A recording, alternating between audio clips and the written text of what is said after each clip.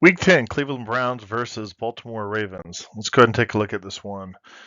Baltimore is favored by 6, and I'm going to take them on that. Let's go ahead and take a look at the numbers here. So the raw model has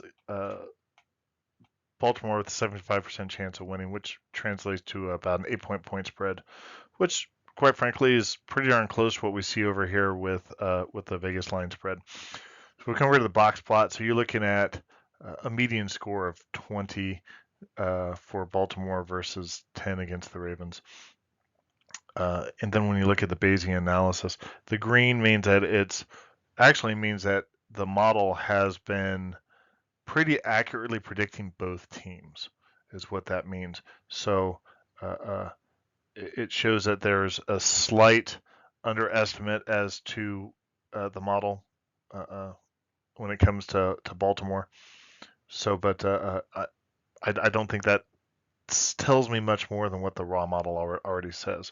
So if we come over here, if you look at the middle section here, Baltimore is just a well-rounded team all the way around. Offense, defense, running, passing, pretty darn good. Baltimore or Cleveland, on the other hand, is not a bad team, but they've just haven't their offense has been uh, poor to mediocre, but with a very good defense. So it's hard. I mean, you can win game with your defense. They can rush. They're okay at rushing the ball, not great.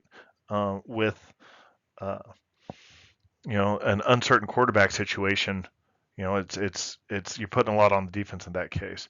Meanwhile, Baltimore has been pretty consistent. So let's go ahead and take a look at the performance charts.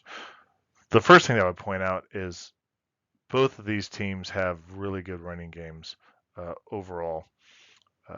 And you can expect that, and a lot of that's just got to do with how much they rely on the running game as a whole. But the other thing I would point out is Baltimore has just a more effective offense, and that's what this data is showing. So then we come over here to the right.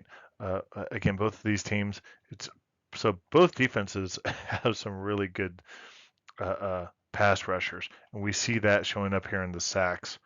So that's going to happen. Pretty similar numbers all the way down, when it comes to the interceptions, the fumbles, and so you can expect that, especially if you're getting some heavy pass rushes going on there as well. Uh,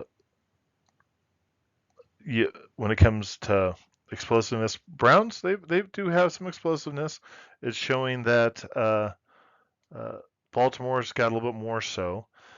But then I think one of the things is when I come over here and I look at the number of the ball control, uh, I would not be surprised if Baltimore is just able to better control the ball. They've got more weapons to be able to move it. They can bet better at being able to get those 10-yard running plays or short passing plays to get the first down.